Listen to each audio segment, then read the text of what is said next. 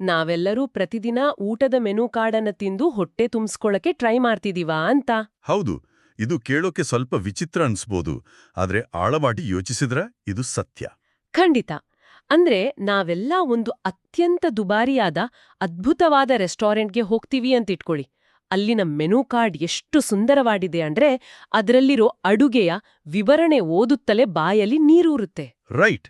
ಆ ಭಕ್ಷ್ಯಗಳ ಇತಿಹಾಸ ಏನು, ಅದನ್ನ ತಯಾರಿಸೋ ವಿಧಾನ ಹೇಗಿದೆ, ಅದರಲ್ಲಿ ಎಷ್ಟೆಷ್ಟು ಪೋಷಕಾಂಶಗಳಿವೆ ಅನ್ನೋದನ್ನೆಲ್ಲ ಬಹಳ ನಿಖರವಾಗಿ ಓದಿ ಅರ್ಗಿಸ್ಕೊಳ್ತೀವಿ. ಆದ್ರೆ ಕೇವಲ ಆ ಕಾಗದವನ್ನ ಓದೋದ್ರಿಂದ ಅಥವಾ ಆ ಖಾದ್ಯದ ಬಗ್ಗೆ ಘಂಟೆಗಟ್ಲೆ ಚರ್ಚೆ ಮಾಡೋದ್ರಿಂದ ನಮ್ಮ ನೈಜ ಹಸಿವು ನೀಗುತ್ತಾ? ಖಂಡಿತ ಇಲ್ಲ. ಅದೊಂದು ಸುಂದರವಾದ ಆದರೆ ತುಂಬಾನೇ ಅಪಾಯಕಾರಿ ಭ್ರಮೆ. ಆ ಕಾಗದದ ಮೇಲಿರುವ ಪದಗಳನ್ನ ನಾವು ನಿಜವಾದ ಆಹಾರ ಅಂತ ನಂಬುವ ಅಪಾಯ ಅದು. ಅದೇ ತಾನೇ. ನಮಗೆ ಅಂತಿಮವಾಗಿ ಬೇಕಾಗಿರೋದು ಆಹಾರದ ಬಗ್ಗಿನ ಬೌದ್ಧಿಕ ಜ್ಞಾನ ಅಲ್ಲ, ಬದಲಾಗಿ ಆ ಆಹಾರವನ್ನ ನಾಲಿಗೆ ಮೇಲೆ ಇಟ್ಕೊಂಡು ಸವಿಯುವ ನೈಜ ಅನುಭವ. ವಾಸ್ತವದಲ್ಲಿ ಜ್ಞಾನಕ್ಕೂ ಮತ್ತು ಅನುಭವಕ್ಕೂ ಇರೋ ವ್ಯತ್ಯಾಸನೇ ಇದು. 100ಕ್ಕೆ 100 ಪಾಲು ನಿಜ. ಇಂದಿನ ನಮ್ಮ ಈ ಆಳವಾದ ವಿಶ್ಲೇಷಣೆಯಲ್ಲಿ ನಾವು ಚರ್ಚಿಸುತ್ತಿರುವ ಪ್ರಮುಖ ವಿಷಯ ಕೂಡ ಇದೇ ಆಗಿದೆ. ಓಶೋರವರ ದ ಬುಕ್ ಆಫ್ ಸೀಕ್ರೆಟ್ಸ್ ಆಧಾರಿತ ಧ್ಯಾನದ ವಿಧಾನಗಳನ್ನು ನಾವಿಂದು ಪರಿಶೀಲಿಸ್ತಾ ಇದ್ದೀವಿ. ಇದು ತುಂಬಾ ರೋಚಕವಾದ ವಿಷಯ. ಹೌದು. ನಮ್ಮ ಮುಖ್ಯ ಉದ್ದೇಶ ಬಹಳ ಸ್ಪಷ್ಟವಾಗಿದೆ. ಕೇವಲ ಬೌದ್ಧಿಕವಾಗಿ ತತ್ವಶಾಸ್ತ್ರವನ್ನು ಅಂದ್ರೆ ಆ ಇಂಟೆಲೆಕ್ಚುಯಲ್ ಫಿಲಾಸಫಿನ ಮೆಲುಕು ಹಾಕೋದಕ್ಕೂ ಮತ್ತು ಅಸ್ತಿತ್ವದ ನೈಜ ಅನುಭವವನ್ನು ಪಡೆಯೋದಕ್ಕೂ ಇರೋ ಅಗಾಧವಾದ ಅಂತರವನ್ನು ಅರ್ಥ ಮಾಡ್ಕೊಳ್ಳೋದು. ಜೊತೆಗೆ ಸದಾ ಓಡುತ್ತಿರುವ ಈ ಆಧುನಿಕ ಬದುಕಿನಲ್ಲಿ ಪ್ರಾಚೀನ ಧ್ಯಾನ ವಿಧಾನಗಳನ್ನು ಅತ್ಯಂತ ಲವಲವಿಕೆಯಿಂದ ಹೇಗೆ ಅಳವಡಿಸಿಕೊಳ್ಳಬಹುದು ಅನ್ನೋದನ್ನ ಅರಿಯೋದು. ನೀವು ಹೇಳಿದ ಹಾಗೆ ಮೂಲ ಪುಸ್ತಕದಲ್ಲಿರುವ ಅತ್ಯಂತ ವಿಸ್ಮಯಕಾರಿ ಅಂಶ ಏನಂದ್ರೆ ತತ್ವಶಾಸ್ತ್ರ ಮತ್ತು ತಂತ್ರ ಅಥವಾ ಧ್ಯಾನದ ನಡುವಿನ ಮೂಲಭೂತ ವ್ಯತ್ಯಾಸವನ್ನು ಬಿಡಿಸಿಟ್ಟಿರೋದು. ಓಕೆ. ತತ್ವಶಾಸ್ತ್ರ ಯಾವಾಗ್ಲೂ ಏಕೆ ಅಂತ ಪ್ರಶ್ನಿಸುತ್ತೆ. ಈ ಜಗತ್ತು ಏಕೆ ಅಸ್ತಿತ್ವದಲ್ಲಿದೆ, ಮನುಷ್ಯನ ಜನ್ಮದ ಉದ್ದೇಶ ಏನು, ದುಃಖ ಯಾಕಿದೆ, ಹೀಗೆ ಅದು ಕಾರಣಗಳನ್ನು ಹುಡುಕುತ್ತೆ. ಅಂದ್ರೆ ಬರೀ ಪ್ರಶ್ನೆಗಳು. ಹೌದು.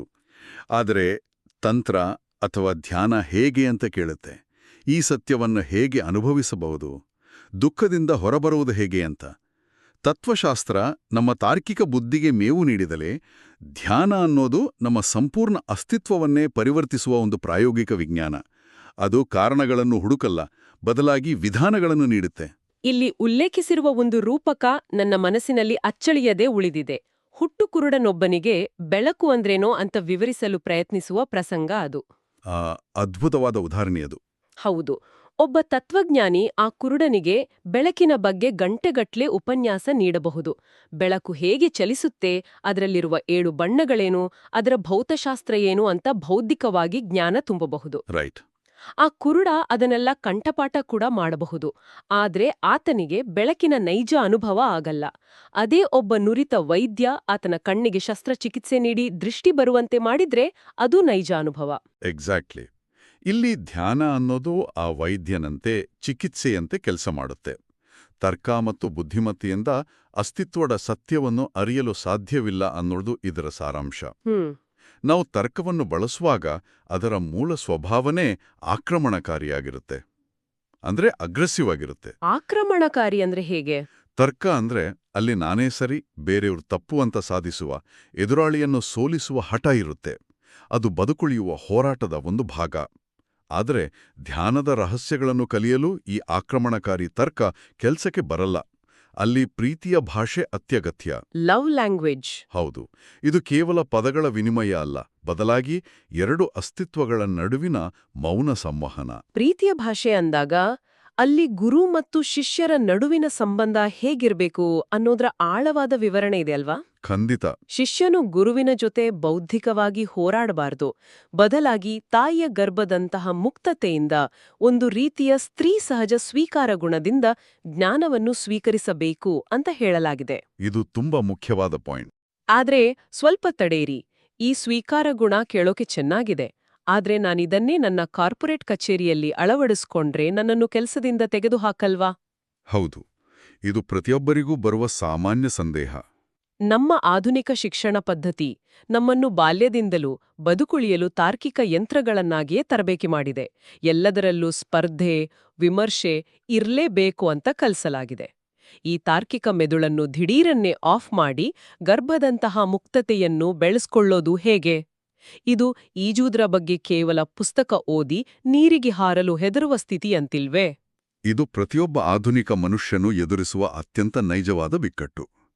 ಹೌದು, ನಮ್ಮ ಶಿಕ್ಷಣ ಪದ್ಧತಿ ನಮ್ಮನ್ನು ಕೇವಲ ತಾರ್ಕಿಕವಾಗಿ ಯೋಚಿಸಲು ಮಾತ್ರ ತರಬೇತಿ ನೀಡಿದೆ. ಲೌಕಿಕ ಜಗತ್ತಿನಲ್ಲಿ ಬದುಕುಳಿಯಲು ಆ ತರ್ಕ ಬೇಕು ಕೂಡ. ಹೌದು, ಬೇಕೇ ಬೇಕು. ಆದರೆ ಸಮಸ್ಯೆ ಏನಂದ್ರೆ, ನಾವು ತರ್ಕಕ್ಕೆ ಮಿತಿ ಎಲ್ಲಿದೆ ಅನ್ನೋದನ್ನೇ ಮರೆತಿದ್ದೀವಿ. ತರ್ಕ ವಸ್ತುಗಳನ್ನು ವಿಭಜಿಸಿ ನೋಡುತ್ತೆ, ಆದರೆ ಧ್ಯಾನ ಎಲ್ಲವನ್ನೂ ಒಗ್ಗೂಡಿಸುತ್ತೆ. ಗರ್ಭದಂತಹ ಮುಕ್ತತೆ ಅಂದ್ರೆ ಜ್ಞಾನವನ್ನು ಕೇವಲ ನಮ್ಮ ಮೆದುಳಿನ ಫೈಲ್ಗಳಲ್ಲಿ ಸೇರಿಸುವ ಮಾಹಿತಿಯಾಗಿ ಕಲೆ ಹಾಕೋದಲ್ಲ. ಓಹೋ. ಗರ್ಭದಲ್ಲಿ ಒಂದು ಸಣ್ಣ ಬೀಜ ಹೇಗೆ ತಾಯಿಯ ದೇಹದ ರಕ್ತ ಮತ್ತು ಮಾಂಸವಾಗಿ ಬೆಳೆಯುತ್ತೋ, ಹಾಗೆ ಗುರುವಿನಿಂದ ಪಡೆದ ಜ್ಞಾನ ನಮ್ಮ ಅಸ್ತಿತ್ವದ ಭಾಗವಾಗಬೇಕು. ಅಂದರೆ ಕೇವಲ ಇನ್ಫಾರ್ಮೇಷನ್ ಅಲ್ಲ, ಟ್ರಾನ್ಸ್ಫಾರ್ಮೇಷನ್ ಆಗ್ಬೇಕು. ಕರೆಕ್ಟ್. ಅದಕ್ಕಾಗಿ ಕನಿಷ್ಠ ಧ್ಯಾನ ಮಾಡುವ ಆ ಕೆಲವೇ ನಿಮಿಷಗಳಲ್ಲಾದರೂ ನಮ್ಮ ಆಕ್ರಮಣಕಾರಿ ತರ್ಕವನ್ನು ಬದಿಗಿಟ್ಟು ಸಂಪೂರ್ಣವಾಗಿ ಶರಣಾಗುವ ಮನಸ್ಥಿತಿ ಬೇಕು. ನೀವು ಕಚೇರಿಯಲ್ಲಿ ತಾರ್ಕಿಕವಾಗಿರಬಹುದು, ಆದರೆ ನಿಮ್ಮ ಆಂತರಿಕ ಅನ್ವೇಷಣೆಯಲ್ಲಿ ಆ ತರ್ಕವನ್ನು ಕಳಚಿಡುವ ಕಲೆ ಕಲಿಬೇಕು. ಅಂದ್ರೆ ನಮ್ಮ ಬೌದ್ಧಿಕ ಮೆದುಳೇ ಇಲ್ಲಿ ಬಹುದೊಡ್ಡ ತಡೆಗೋಡೆ.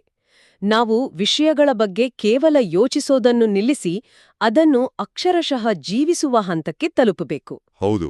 ಸರಿ, ಹಾಗಾದ್ರೆ ಈ ಬೌದ್ಧಿಕ ಚಿಂತನೆಗಳಿಂದ ದೈಹಿಕವಾಗಿ ಹೊರಬರೋದು ಹೇಗೆ? ಇಲ್ಲಿ ಭೌತಿಕ ದೇಹದ ಭ್ರಮೆಯನ್ನು ಕಳಚಿ ನಮ್ಮನ್ನು ನಾವು ರೂಪರಹಿತತೆಯ ಕಡೆಗೆ ಕೊಂಡೊಯ್ಯುವ ವಿಚಾರ ಬರುತ್ತೆ. ಅಂದ್ರೆ ಫಾರ್ಮ್ಲೆಸ್ನೆಸ್. ಹೌದು, ಇದು ಧ್ಯಾನದ ಒಂದು ಪ್ರಮುಖ ಮಜಲು. ದೈನಂದಿನ ಜೀವನದಲ್ಲಿ ನಮ್ಮ ಭೌತಿಕ ದೇಹವನ್ನೇ ನಾನು ಅಂತ ನಾವು ಗಾಢವಾಗಿ ನಂಬಿರ್ತೀವಿ.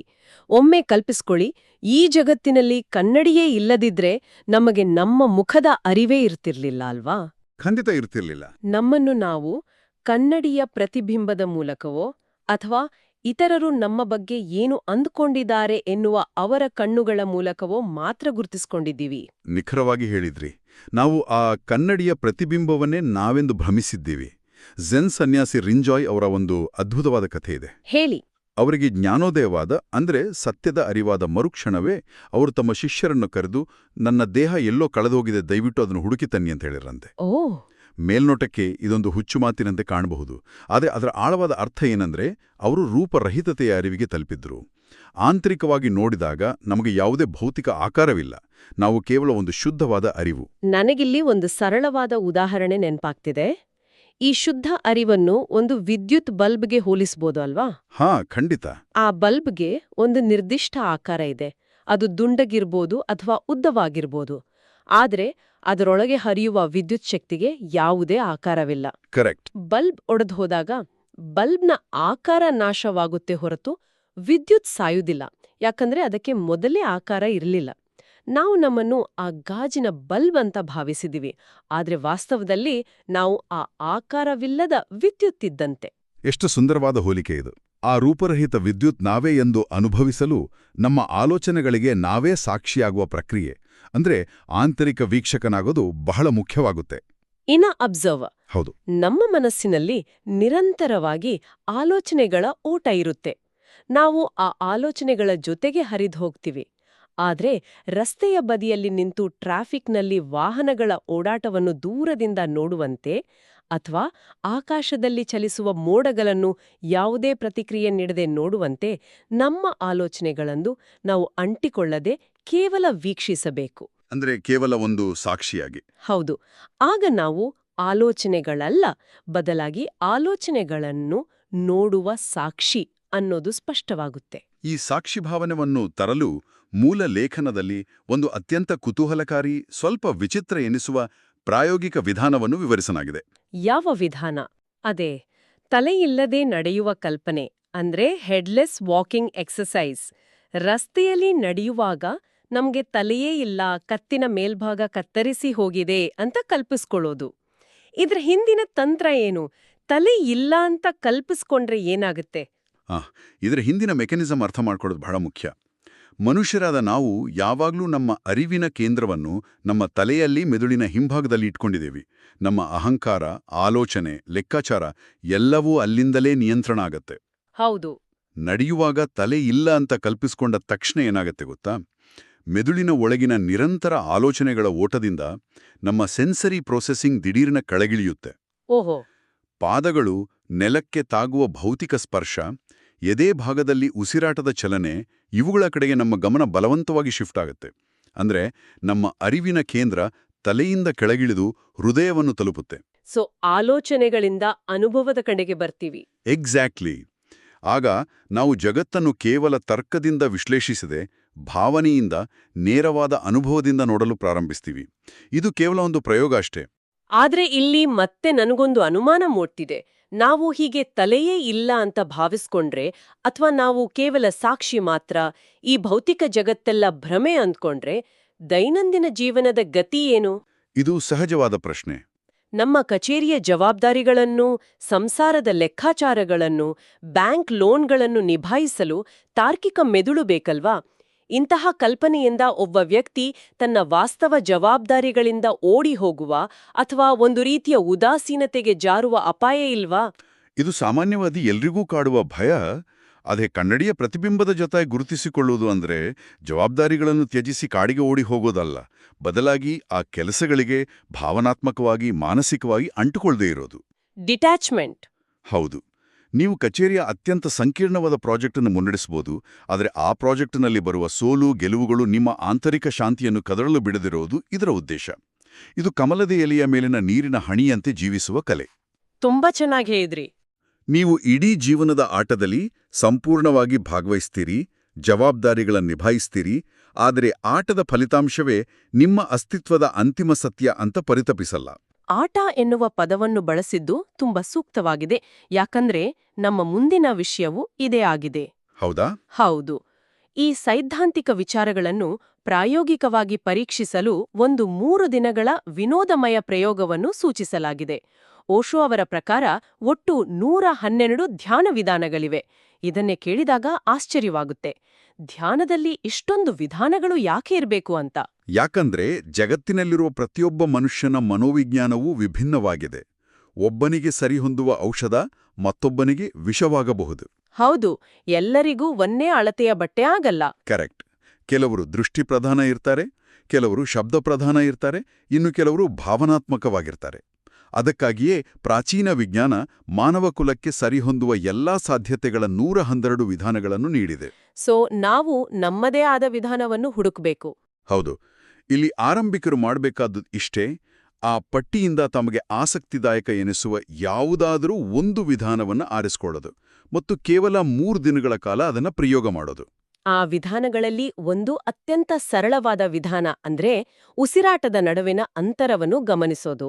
ಅಂದ್ರೆ watch the gap between breaths. ಹೌದು, ಇದು ಬಹಳ ಪ್ರಬಲವಾದ ವಿಧಾನ. ನಾವೆಲ್ಲರೂ ಉಸಿರಾಡ್ತೀವಿ, ಆದ್ರೆ ಈ ಅಂತರ ಅಂದ್ರೆ ನಿಖರವಾಗಿ ಏನು? ಅದನ್ನ ಬಿಗಿನರ್ಸ್ ಹೇಗೆ ಪ್ರಾಕ್ಟೀಸ್ ಮಾಡ್ಬೇಕು? ನಾವು ಉಸಿರನ್ನ ತಗೊಳ್ತೀವಿ. ಅದು ಒಳಗೆ ಹೋದ ನಂತರ ಹೊರಬರುವ ಮುನ್ನ ಒಂದು ಅತ್ಯಂತ ಸಣ್ಣ ಸೂಕ್ಷ್ಮವಾದ ವಿರಾಮ ಇರುತ್ತೆ. ಅಂದ್ರೆ ಆ ಗ್ಯಾಪ್. ಹೌದು, ಅದು ಮಿಲಿಸೆಕೆಂಡ್ಗಳಷ್ಟು ಸಣ್ಣದಿರಬಹುದು. ಅದೇ ರೀತಿ ಉಸಿರು ಸಂಪೂರ್ಣವಾಗಿ ಹೊರಹೋದ ನಂತರ ಮತ್ತೆ ತೆಗೆದುಕೊಳ್ಳುವ ಮುನ್ನ ಮತ್ತೊಂದು ವಿರಾಮ ಇರುತ್ತೆ. ಆ ವಿರಾಮದ ಕ್ಷಣದಲ್ಲಿ ನಮ್ಮ ದೇಹದ ಯಾವುದೇ ಚಲನೆ ಇರಲ್ಲ. ಓಕೆ. ಜೈವಿಕವಾಗಿ ಉಸಿರಾಟ ನಿಂತಾಗ ಆ ಕ್ಷಣದಲ್ಲಿ ಮನಸ್ಸಿನ ಆಲೋಚನೆಗಳು ಕೂಡ ಸ್ತಬ್ಧವಾಡತ್ತೆ. ಆ ಸಣ್ಣ ಅಂತರವನ್ನು, ಆ ಶೂನ್ಯತೆಯನ್ನು ಎಚ್ಚರದಿಂದ ವೀಕ್ಷಿಸುವುದೇ ಧ್ಯಾನ. ಆದರೆ ಇಲ್ಲಿ ನಾವು ನೆನಪಿಡಬೇಕಾದ ಅತಿ ಮುಖ್ಯ ಅಂಶ ಏನಂದ್ರೆ, ಇದನ್ನ ಅತ್ಯಂತ ವಿನೋದಮಯ ಮನೋಭಾವದಿಂದ ಮಾಡಬೇಕು. ಅಂದ್ರೆ ಪ್ಲೇಫುಲ್ ಆಟಿಟ್ಯೂಡ್. ಎಕ್ಸಾಕ್ಟ್ಲಿ. ಯಾವುದೇ ಗಂಭೀರ್ಯತೆ ಇರಬಾರ್ದು. ಹೌದು, ಲವಲವಿಕೆಯಲ್ಲಿ ಬಹುಮುಖ್ಯ. ಇದಕ್ಕೊಂದು ಮೋಜಿನ ಉದಾಹರಣೆ ಇದೆ. ಗಾಲ್ಫ್ ಆಟ ಆಡುವ ಉದ್ಯಮಿಯ ಕಥೆ. ಹಾ, ಹೇಳಿ. ಒಬ್ಬ ವಿಪರೀತ ಒತ್ತಡದಲ್ಲಿರುವ ಉದ್ಯಮಿಗೆ ಆತನ ವೈದ್ಯರು ಕೆಲಸದ ಗೀಳಿನಿಂದ ಹೊರಬರಲು ಹವ್ಯಾಸವಾಗಿ ಗಾಲ್ಫ್ ಆಡಲು ಸೂಚಿಸ್ತಾರೆ. ಆಮೇಲೇನಾಯ್ತು? ಆದ್ರೆ ಆ ಉದ್ಯಮಿ ಏನ್ ಮಾಡ್ತಾನೆ? ಆತ ಆ ಗಾಲ್ಫ್ ಆಟವರ್ಮು ಎಷ್ಟು ಗಂಭೀರವಾಗಿ ಅದರಲ್ಲಿ ಗೆಲ್ಲಲೇಬೇಕು ಎಂಬ ಅಹಂಕಾರದಿಂದ, ಪರ್ಫೆಕ್ಟ್ ಆಗಿ ಆಡಬೇಕು ಎಂಬ ಹಠದಿಂದ ಶುರು ಮಾಡ್ತಾನೆ ಅಂದ್ರೆ ಆತನಿಗೆ ರಾತ್ರಿ ನಿದ್ದೆಯೇ ಬರೋದಿಲ್ಲ. ಆಟವು ಆತನಿಗೆ ಮತ್ತೊಂದು ಒತ್ತಡದ ಕೆಲಸವಾಗಿ ಬದಲಾಗುತ್ತೆ. ಹೌದು, ಇದೇ ನಮ್ಮ ದೊಡ್ಡ ಸಮಸ್ಯೆ. ನಾವು ಧ್ಯಾನವನ್ನು ಹೀಗೆಯೇ ಮಾಡಬಾರ್ದು. ಆದ್ರೆ ನಮ್ಮ ಸಮಾಜ ಬೆಳಗಿನಿಂದ ಸಂಜೆಯವರೆಗೆ ಪ್ರತಿಯೊಂದರಲ್ಲೂ ಪರಿಪೂರ್ಣತೆ ಸಾಧಿಸ್ಬೇಕು, ಗುರಿ ಮುಟ್ರೇಬೇಕು ಅಂತ ಬೋಧಿಸ್ತೆ. ಧ್ಯಾನವನ್ನು ಯಾವುದೇ ಒತ್ತಡವಿಲ್ಲದ ಒಂದು ಕೇವಲ ಆಟದಂತೆ ನೋಡಲು ಹೇಳೋದು ನಮ್ಮ ಈ ಗೋಲ್ ಅಬ್ಸೆಸ್ಡ್ ಸಂಸ್ಕೃತಿಗೆ ವಿರುದ್ಧವಾದ ಒಂದು ರೀತಿಯ ಬಂಡಾಯ ಅಲ್ವಾ? ಖಂಡಿತವಾಗಿಯೂ ಅದೊಂದು ಬಂಡಾಯ. ನಮ್ಮ ಸಮಾಜ ಎಲ್ಲದರಲ್ಲೂ ಫಲಿತಾಂಶವನ್ನು ನಿರೀಕ್ಷಿಸುತ್ತೆ, ಲಾಭನಷ್ಟದ ಲೆಕ್ಕಾಚಾರ ಹಾಕುತ್ತೆ. ಆದರೆ ಧ್ಯಾನದಲ್ಲಿ ನಾಳೆ ಏನನ್ನಾದರೂ ಸಾಧಿಸುವ ಗುರಿ ಇರಬಾರ್ದು. ಅದು ಆ ಕ್ಷಣದಲ್ಲಿ ಈಗಲೇ ಇರುವ ಆನಂದ. ಹೌದು. ನೀವು 3 ದಿನಗಳ ಕಾಲ ಒಂದು ವಿಧಾನವನ್ನು ಪ್ರಯೋಗಿಸುವಾಗ ಆ ವಿಧಾನ ನಿಮ್ಗೆ ನಿಜಕ್ಕೂ ಸರಿ ಹೊಂದಿದೆ ಎನ್ನುವುದಕ್ಕೆ ಸಾಕ್ಷಿ ಏನು ಗೊತ್ತಾ? ಏನು? ಆ ಧ್ಯಾನ ಮಾಡುವಾಗ ನಿಮಗೆ ಗುರುತ್ವಾಕರ್ಷಣೆಯ ವಿರುದ್ಧವಾಗಿ ಮೇಲಕ್ಕೆ ಹಾರುತ್ತಿರುವಂತಹ ಅಥವಾ ದಿಢೀರಂತ ದೇಹದ ಭಾರವೆಲ್ಲ ಇಳಿದು ಹಗುರವಾದ ಭಾವನೆ ಮೂಡೋದು. ವಾವ್! ವೇಟ್ಲೆಸ್ನೆಸ್. ಹೌದು. ಅಂತಹ ಲಘುವಾದ ಭಾವನೆ, ಒಂದು ರೀತಿಯ ಮಗುವಿನಂತಹ ಲವಲವಿಕೆ ಮೂಡಿದರೆ ಆ ವಿಧಾನವನ್ನು ನೀವು ಮುಂದುವರಿಸಬಹುದು. ಅದು ಬಿಟ್ಟು ತಲೆನೋವು ಬಂದರೆ ಅಥವಾ ಇದು ಮತ್ತೊಂದು ಕರ್ತವ್ಯ ಎನಿಸಿದರೆ ಆ ವಿಧಾನ ನಿಮಗಲ್ಲ ಅಂತ ಅರ್ಥ. ಸೊ ಬಿಗಿನರ್ಸ್ ಈ ಲಘುವಾದ ಭಾವನೆಯನ್ನೇ ಗಮನಿಸಬೇಕು. ಹೌದು. ಈ ಪ್ರಾಚೀನ ವಿಧಾನಗಳನ್ನು ಕೇಳಲು ತುಂಬಾ ಸೊಗಸಾಗಿದೆ. ಆದ್ರೆ ಸ್ವಲ್ಪ ವಾಸ್ತವಕ್ಕೆ ಬರೋಣ. ಪ್ರತಿದಿನ ಬೆಳಿಗ್ಗೆ ಎದ್ದು ಟ್ರಾಫಿಕ್ನಲ್ಲಿ ಒದ್ದಾಡಿ ಕಚೇರಿಯಲ್ಲಿ ಗಂಟೆಗಟ್ಲೆ ಕೆಲಸ ಮಾಡಿ ಸುಸ್ತಾಗುವ ಆಧುನಿಕ ಮನುಷ್ಯರು ಈ ಧ್ಯಾನವನ್ನು ಹೇಗೆ ಅಳವಡಿಸಿಕೊಳ್ಳಬಹುದು? ಇದು ತುಂಬಾ ಪ್ರಾಯೋಗಿಕವಾದ ಪ್ರಶ್ನೆ. ದಿನನಿತ್ಯದ ಗಡಿಬಿಡಿಯಲ್ಲೇ ಧ್ಯಾನ ಮಾಡಲು ಸಾಧ್ಯವಾ? ವಾಸ್ತವವಾಗಿ ಹಿಮಾಲಯದಲ್ಲಿ ಕುಳಿತವರಿಗಿಂತ ಈ ಆಧುನಿಕ ಮನುಷ್ಯನಿಗೆ ಇದರ ಅಗತ್ಯ ಅತಿ ಹೆಚ್ಚಾಗಿದೆ. ನಮ್ಮ ಬಹುತೇಕ ಜೀವನವನ್ನು ನಾವು ಒಂದು ಆಂತರಿಕ ಯಂತ್ರಮಾನವನಂತೆ, ಅಂದ್ರೆ ಇನ್ನರ್ ರೋಬೋಟ್ ತರ ಕಳೀತಿದ್ದೀವಿ. ಯಾಂತ್ರಿಕವಾಗಿ. ಹೌದು. ನಾವು ಕಾರೋಡ್ಸುವಾಗ ನಮಗೆ ಅರಿವೇ ಇರೋದಿಲ್ಲ. ಗೇರ್ ಬದಲಾಯಿಸೋದು ಯಾಂತ್ರಿಕವಾಗಿ ನಡೀತಾ ಇರುತ್ತೆ. ಊಟ ಮಾಡುವಾಗ ಕೈ ಬಾಯಿಗೆ ಹೋಗ್ತಾ ಇರುತ್ತೆ. ಆದರೆ ಮನಸ್ಸು ಎಲ್ಲೋ ಗತಕಾಲದ ಜಗಳದಲ್ಲೋ ಅಥವಾ ಭವಿಷ್ಯದ ಮೀಟಿಂಗ್ ಚಿಂತೆಯಲ್ಲೋ ಇರುತ್ತೆ. ಈ ಯಾಂತ್ರಿಕ ನಿದ್ರೆಯಿಂದ ಎಚ್ಚೆತ್ತು ನಿಯಂತ್ರಣವನ್ನು ಮರಳಿ ನಮ್ಮ ಕೈಗೆ ತೆಗೆದುಕೊಳ್ಳೋದೇ ದೈನಂದಿನ ಧ್ಯಾನ. ಅಂದ್ರೆ ದೈನಂದಿನ ಸಾಮಾನ್ಯ ಕೆಲಸಗಳಲ್ಲಿ ಪೂರ್ಣ ಅರಿವಿನಿಂದಿರೋದು. ಝೆನ್ ಗುರು ಬಾಶೋ ಅವರ ಮಾತು ಇಲ್ಲಿ ನೆನ್ಪಾಗುತ್ತೆ. ಹೌದು. ಯಾರೋ ಅವರನ್ನು ಧ್ಯಾನದ ರಹಸ್ಯವೇನು ಅಂತ ಕೇಳ್ದಾಗ ಅವರು ಹಸಿವಾದಾಗ ತಿನ್ನುತ್ತೇನೆ, ನಿದ್ದೆ ಬಂದಾಗ ಮಲಗುತ್ತೇನೆ ಅಷ್ಟೇ ಅಂತ ಉತ್ತರಿಸಿದ್ರಂತೆ. ಹೌದು. ಕೇಳಲು ಇದು ತೀರಾ ಸಾಮಾನ್ಯ ಅನ್ಸುತ್ತೆ. ನಾವೆಲ್ಲರೂ ಮಾಡೋದು ಅದನ್ನೇ ಅಲ್ವಾ? ಆದ್ರೆ ಆಳವಾಗಿ ನೋಡಿದ್ರೆ ನಾವು ಊಟ ಮಾಡುವಾಗ ಟಿವಿ ನೋಡ್ತೀವಿ, ಮೊಬೈಲ್ ಸ್ಕ್ರಾಲ್ ಮಾಡ್ತೀವಿ, ಅಥವಾ ನೂರಾರು ಯೋಚನೆಗಳನ್ನು ಮಾಡ್ತಾ ಇರ್ತೀವಿ. ಕೇವಲ ಊಟ ಮಾಡುವುದರಲ್ಲೇ ಪೂರ್ಣ ಅರಿವು ಇಡುವುದೆಂದ್ರೆ ಅಷ್ಟು ಸುಲಭವಲ್ಲ. ಹೌದು, ಅದು ಅತ್ಯಂತ ಕಠಿಣವಾದ ಸಾಧನೆ. ನೀವು ದಿನನಿತ್ಯದ ಬೋರ್ ಹೊಡೆಸುವ ಕೆಲಸಗಳನ್ನು ತೆಗೆದುಕೊಳ್ಳಿ. ಉದಾಹರಣೆಗೆ ಪಾತ್ರೆ ತೊಳೆಯುವುದು. ಅಯ್ಯೋ, ಅದೊಂದು ದೊಡ್ಡ ಕೆಲ್ಸ. ನಾವೆಲ್ಲರೂ ಪಾತ್ರೆ ತೊಳೆಯೋದನ್ನ ಕೇವಲ ಬೇಗನೆ ಮುಗಿಸಲೇಬೇಕಾದ ಒಂದು ಅಡ್ಡಿಯಂತೆ ನೋಡ್ತೀವಿ. ಪಾತ್ರೆ ತೊಳೆದು ಮುಗಿಸಿ ಟಿವಿ ನೋಡಬೇಕು ಎನ್ನುವ ತರಾತುರಿ. ಆದರೆ ಪಾತ್ರೆ ತೊಳೆಯುವ ಆ ಕ್ಷಣವನ್ನೇ ನಮ್ಮ ಜೀವನದ ಅತಿ ಮುಖ್ಯ ಘಟನೆ ಎಂಬಂತೆ ನೋಡಿದ್ರೆ ಹೇಗಿರುತ್ತೆ? ಅಂದ್ರೆ ಮೇನ್ ಇವೆಂಟ್ ತರನಾ? ಎಕ್ಸಾಕ್ಟ್ಲಿ. ನೀರು ಕೈಗೆ ತಾಗುವ ತಂಪಾದ ಸ್ಪರ್ಶ, ಸಾಬೂರಿನ ನೊರೆ, ಆ ಪಾತ್ರೆಯ ಆಕಾರ, ಕೈಗಳ ಚಲನೆ, ಇವುಗಳ ಬಗ್ಗೆ ಪೂರ್ಣ ಅರಿವು ಮೂಡಿದ್ರೆ ಆ ಯಾಂತ್ರಿಕ ಕೆಲಸವೂ ಒಂದು ಸುಂದರ ಧ್ಯಾನವಾಗುತ್ತೆ. ಆ ಕ್ಷಣದಲ್ಲಿ ಭೂತಕಾಲವೂ ಇರೋದಿಲ್ಲ, ಭವಿಷ್ಯವೂ ಇರೋದಿಲ್ಲ, ಕೇವಲ ವರ್ತಮಾನ ಮಾತ್ರ. ಇದು ನಿಜಕ್ಕೂ ನಮ್ಮ ದಿನಚರಿಯನ್ನು ಬದಲಾಯಿಸುವಂತಹ ದೃಷ್ಟಿಕೋನ. ಕಮ್ಯೂಟ್ ಮಾಡುವಾಗಲೂ ಟ್ರಾಫಿಕ್ನಲ್ಲಿ ಇದೇ ರೀತಿ ಅರಿವಿನಿಂದ ಇರಬಹುದು. ಹೌದು, ಖಂಡಿತ. ಇದರ ಜೊತೆಗೆ ಈ ಗದ್ದಲದ ಆಧುನಿಕ ಬದುಕಿನ ನಡುವೆ ಹಠಾತ್ತನ್ನೇ ಮೌನವನ್ನು ಅನುಭವಿಸಲು ಮೂಲ ಲೇಖನದಲ್ಲಿ ಮತ್ತೊಂದು ಪ್ರಬಲವಾದ ತಂತ್ರವನ್ನು ಸೂಚಿಸಲಾಗಿದೆ. ಅದೇ ಸ್ಟಾಪ್ ತಂತ್ರ. ಇದು ಬಹಳ ಪವರ್ಫುಲ್ ಟೆಕ್ನಿಕ್. ಇದು ಕೇಳಲು ತುಂಬಾ ತಮಾಷೆಯಾಗಿದೆ. ಒಮ್ಮೆ ಕಲ್ಪಿಸಿಕೊಳ್ಳಿ, ಬೆಂಗಳೂರಿನ ಟ್ರಾಫಿಕ್ ಸಿಗ್ನಲ್ ಮಧ್ಯೆ ನಡೆಯುತ್ತಿರುವಾಗ ಯಾರಾದ್ರೂ ಇದ್ದಕ್ಕಿದ್ದಂತೆ ಪ್ರತಿಮೆಯಂತೆ ನಿಂತುಬಿಟ್ರೆ ಎಷ್ಟು ವಿಚಿತ್ರವಾಗಿ ಕಾಣಬಹುದು. ಈ ತಂತ್ರ ನಿಖರವಾಗಿ ಹೇಗೆ ಕೆಲಸ ಮಾಡುತ್ತೆ? ಹೌದು, ನೋಡುವರಿಗೆ ಅದು ವಿಚಿತ್ರವಾಗಿ ಕಾಣಬಹುದು. ಜಾರ್ಜ್ ಗುರ್ಡೀಫ್ ಎಂಬ ಪ್ರಖ್ಯಾತ ಆಧ್ಯಾತ್ಮಿಕ ಗುರು ಈ ತಂತ್ರವನ್ನು ತಮ್ಮ ಶಿಷ್ಯರ ಮೇಲೆ ಬಹಳ ಬಳಸ್ತಿದ್ರು. ಹೇಗೆ? ನೀವು ನಡೆದಾಡುತ್ತಿರುವಾಗಲೂ, ಸ್ನಾನ ಮಾಡುವಾಗಲೋ ಅಥವಾ ಲ್ಯಾಪ್ಟಾಪ್ನಲ್ಲಿ ಟೈಪ್ ಮಾಡುತ್ತಿರುವಾಗಲೂ ಇದ್ದಕ್ಕಿದ್ದಂತೆ ನಿಮ್ಮ ಮನಸ್ಸಿಗೆ ಸ್ಟಾಪ್ ಅಂತ ಆಜ್ಞಾಪಿಸಿಕೊಳ್ಳಿ. ಓಕೆ. ಆಜ್ಞಾ ಬಂದ ತಕ್ಷಣವೇ ಆ ಕ್ಷಣದಲ್ಲಿ ನಿಮ್ಮ ದೇಹ, ಉಸಿರಾಟ, ಕಣ್ಣಿನ ನೋಟ ಎಲ್ಲವನ್ನೂ ಇದ್ದಲ್ಲಿಯೇ ಸ್ತಬ್ಧಗೊಳಿಸಬೇಕು. 1 ಸೆಕೆಂಡಿನ ಮಟ್ಟಿಗೆ ಕಲ್ಲಿನ ಪ್ರತಿಮೆಯಂತೆ ಆಗ್ಬಿಡಬೇಕು. ಆ ರೀತಿ ದಿಢೀರನೆ ಬ್ರೇಕ್ ಹಾಕಿದಾಗ ಮೆದುಳಿನಲ್ಲಿ ಏನಾಗುತ್ತೆ? ನಿಮ್ಮ ನಿರಂತರ ಯಾಂತ್ರಿಕ ಓಟಕ್ಕೆ, ಆ ಆಲೋಚನೆಗಳ ಸರಪಳಿಗೆ ಹಠಾತ್ತನೆ ಕತ್ರಿ ಬೀಳುತ್ತೆ. ಮೆದುಳು ಗೊಂದಲಗೊಂಡು ಒಂದು ಕ್ಷಣ ಯೋಚಿಸೋದನ್ನೇ ನಿಲ್ಲಿಸುತ್ತೆ. ಓಹೋ ವಾವ್. ಆ ಸ್ತಬ್ಧವಾದ ಕ್ಷಣದಲ್ಲಿ ನಿಮ್ಮ ಸುತ್ತಲಿನ ಗದ್ದಲ ದೂರವಾಗಿ ನಿಮ್ಮ ಅಸ್ತಿತ್ವದ ಕೇಂದ್ರದ ನೇರ ಸಂಪರ್ಕ ನಿಮಗೆ ಸಿಗುತ್ತೆ. ಅಲ್ಲಿ ಕೇವಲ ಶುದ್ಧವಾದ ಇರುವಿಕೆ ಮಾತ್ರ ಉಳಿಯುತ್ತೆ. ನೀವು ಕೇವಲ ಆ ಕ್ಷಣದಲ್ಲಿ ಜೀವಂತವಾಗಿರುವ ಅದ್ಭುತ ಅನುಭವ ಆಗುತ್ತೆ. ವರ್ಕ್ ಬ್ರೇಕ್ಗಳಲ್ಲಿ ಇದನ್ನ ಸುಲಭವಾಗಿ ಮಾಡಬಹುದು ಅಲ್ವಾ? ಹೌದು. ಮತ್ತು ಒಂದು ವೇಳೆ ಒಂದೆರಡು ಸೆಕೆಂಡಿನ ನಂತರ ನಿಮ್ಮ ಗಮನ ಬೇರೆಡೆ ಹೋದ್ರೆ ಮತ್ತು ಆಲೋಚನೆಗಳು ಶುರುವಾದ್ರೆ ಅದರ ಬಗ್ಗೆ ಯಾವುದೇ ಹತಾಶೆ ಅಥವಾ ಕೋಪ ಪಡಬಾರದು. ನಿಧಾನವಾಗಿ ಮತ್ತೆ ವೀಕ್ಷಕನ ಸ್ಥಾನಕ್ಕೆ ಮರಳಿ ಬರಬೇಕು. ಇದು ನಿಜಕ್ಕೂ ಅದ್ಭುತವಾಗಿದೆ. ಅಂದ್ರೆ ಧ್ಯಾನಕ್ಕಾಗಿ ದಿನದ 24 ಗಂಟೆಯಲ್ಲಿ ಪ್ರತ್ಯೇಕವಾಗಿ 1 ಗಂಟೆ ಮೀಸಲಿಡುವ ಬದಲು ಇಂತಹ ಸಣ್ಣ ಸಣ್ಣ ಕ್ಷಣಗಳ ಮೂಲಕ ದಿನವಿಡೀ ಅರಿವಿನ ಕಿಡಿಗಳನ್ನು ಹೊತ್ತಿಸಬಹುದು. ಕರೆಕ್ಟ್. ಸರಿ, ನಾವು ಈ ಸುದೀರ್ಘವಾದ ಅನ್ವೇಷಣೆಯ ಅಂತಿಮ ಘಟ್ಟಕ್ಕೆ ಬಂದಿದ್ದೀವಿ. ಇಂದಿನ ನಮ್ಮ ಸಂವಾದವನ್ನು ಒಮ್ಮೆ ಹಿಂತಿರುಗಿ ನೋಡಿದರೆ ನಾವೆಲ್ಲಿಂದ ಆರಂಭಿಸಿದ್ವಿ? ಕೇವಲ ಭೋಜನಾಲಯದ ಮೆನು ಕಾರ್ಡ್ ಓದುವ ಅಂದ್ರೆ ಕೇವಲ ತತ್ವಶಾಸ್ತ್ರವನ್ನು ಬೌದ್ಧಿಕವಾಗಿ ಚರ್ಚಿಸುವ ಭ್ರಮೆಯಿಂದ ಆರಂಭಿಸಿಲೆವು. ಹೌದು. ಅಲ್ಲಿಂದ ನಮ್ಮ ತಾರ್ಕಿಕ ಮೆದುಳಿನ ಮಿತಿಯನ್ನು ಅರಿತು ಆಂತರಿಕ ವೀಕ್ಷಕನಾಗುವ ಬಗೆಯನ್ನು ಕಂಡುಕೊಂಡೆವು. ದೈನಂದಿನ ಯಾಂತ್ರಿಕ ಬದುಕಿನಿಂದ ಹೊರಬಂದು ಪ್ರತಿಯೊಂದು ಕ್ಷಣವನ್ನು, ಅದು ಪಾತ್ರೆ ತೊಳೆಯುವುದಿರಬಹುದು, ಉಸಿರಾಟದ ವಿರಾಮವಿರಬಹುದು, ಪೂರ್ಣ ಅರಿವಿನಿಂದ ಲವಲವಿಕೆಯ ಆಟದಂತೆ ಆನಂದಿಸುವ ಹಂತಕ್ಕೆ ತಲುಪಿದ್ದೇವೆ. ನೈಜ ಆಹಾರದ ರುಚಿಯನ್ನು ಸವಿಯುವ ಕಡೆಗೆ ಹೆಜ್ಜೆ ಇಟ್ಟಿದ್ದೇವೆ. ಖಂಡಿತ. ಧ್ಯಾನ ನಮ್ಮ ನರನಾಡಿಗಳಲ್ಲಿ ಅನುಭವವಾಗಿ ಬದಲಾದಾಗ ಮಾತ್ರ ಅದಕ್ಕೆ ಜೀವ ಬರುತ್ತೆ. ನಾವು ನಮ್ಮ ದೇಹ, ಮನಸ್ಸು ಮತ್ತು ಆಲೋಚನೆಗಳೆಂಬ ಪ್ರತಿಬಿಂಬದ ಜೊತೆ ನಮ್ಮನ್ನು ಗುರುತಿಸಿಕೊಳ್ಳೋದನ್ನು ನಿಲ್ಲಿಸಿದಾಗ, ಆ ಆಕಾರವಿಲ್ಲದ ಅರಿವಿನ ಜೊತೆ ಬೆರೆತಾಗ ನೈಜ ಸ್ವಾತಂತ್ರ್ಯ ದೊರೆಯುತ್ತೆ. ನಿಜ. ನಾವು ಮಾಡುವ ಪ್ರತಿಯೊಂದು ಕೆಲಸವೂ ಧ್ಯಾನವಾಗಬಹುದು. ನಾವು ಆ ಕೆಲಸಕ್ಕೆ ನೀಡುವ ಅರಿವಿನ ಗುಣಮಟ್ಟವೇ ಅದನ್ನು ನಿರ್ಧರಿಸುತ್ತೆ. ಈ ಆಳವಾದ ವಿಚಾರಗಳನ್ನು ನಮ್ಮ ದೈನಂದಿನ ಬದುಕಿಗೆ ಅನ್ವಯಿಸಿಕೊಳ್ಳುವ ಬಗೆಯನ್ನು ಇಂದಿನ ಸಂವಾದದಲ್ಲಿ ಬಹಳ ಸ್ಪಷ್ಟವಾಗಿ ಅರಿತಿದ್ದೀವಿ. ಈ ವಿಶ್ಲೇಷಣೆಯನ್ನು ಮುಕ್ತಾಯಗೊಳಿಸುವ ಮುನ್ನ ಕೇಳುಗರೆಲ್ಲರೂ ತಮ್ಮ ತಮ್ಮ ದೈನಂದಿನ ಜವಾಬ್ದಾರಿಗಳಿಗೆ ಮರಳುವಾಗ ಯೋಚಿಸಲು ಒಂದು ಪ್ರಚೋದನಾಕಾರಿ ಕಲ್ಪನೆಯನ್ನು ಮುಂದಿಡಲು ಬಯಸ್ತೀನಿ. ಹೇಳಿ. ಇಡೀ ಜಗತ್ತನ್ನೇ ಒಂದು ಸೈಕೋಡ್ರಾಮಾ ಅಥವಾ ಚಿತ್ರಮಂದಿರದ ಪರದೆಯ ಮೇಲಿನ ನಾಟಕ ಅಂತ ಭಾವಿಸಿದರೆ ಹೇಗಿರುತ್ತೆ? ಓ, ಇದು ಬಹಳ ಆಳವಾದ ಯೋಚನೆ. ಹೌದು. ನಾವು ಪ್ರತಿದಿನ ಪ್ರದರ್ಶಿಸುವ ಈ ವಿಪರೀತ ಗಂಭೀರತೆ, ಆಫೀಸಿನ ಟಾರ್ಗೆಟ್ ಮುಟ್ಟದಿದ್ದಾಗ ಆಗುವ ಉದ್ವೇಗ, ನಮ್ಮ ಕೋಪ, ನಮ್ಮ ಅಹಂಕಾರ, ಇವೆಲ್ಲವೂ ಜಗತ್ತಿನ ಅತಿದೊಡ್ಡ ಭ್ರಮೆಯಾಗಿದ್ದರೆ ಖಂಡಿತ. ನಾಳೆಯಿಂದ ಒಬ್ಬ ವ್ಯಕ್ತಿ ತಾನು ನಿರ್ವಹಿಸುವ ಪ್ರತಿಯೊಂದು ಪಾತ್ರವನ್ನು, ಅದು ಕಚೇರಿಯ ಕೆಲಸವಿರಬಹುದು, ಕುಟುಂಬದ ಜವಾಬ್ದಾರಿಯಿರಬಹುದು, ಕೇವಲ ಒಂದು ಲವಲವಿಕೆಯ ಆಟದಂತೆ, ನಾಟಕದ ಪಾತ್ರದಂತೆ, ಯಾವುದೇ ಭಾವನಾತ್ಮಕ ಅಂಟಿಕೊಳ್ಳುವಿಕೆ ಇಲ್ಲದೆ ಆಡಿದರೆ ಈ ಬದುಕು ಎಷ್ಟು ಹಗುರವಾಗಬಹುದು ಯೋಚಿಸಿ.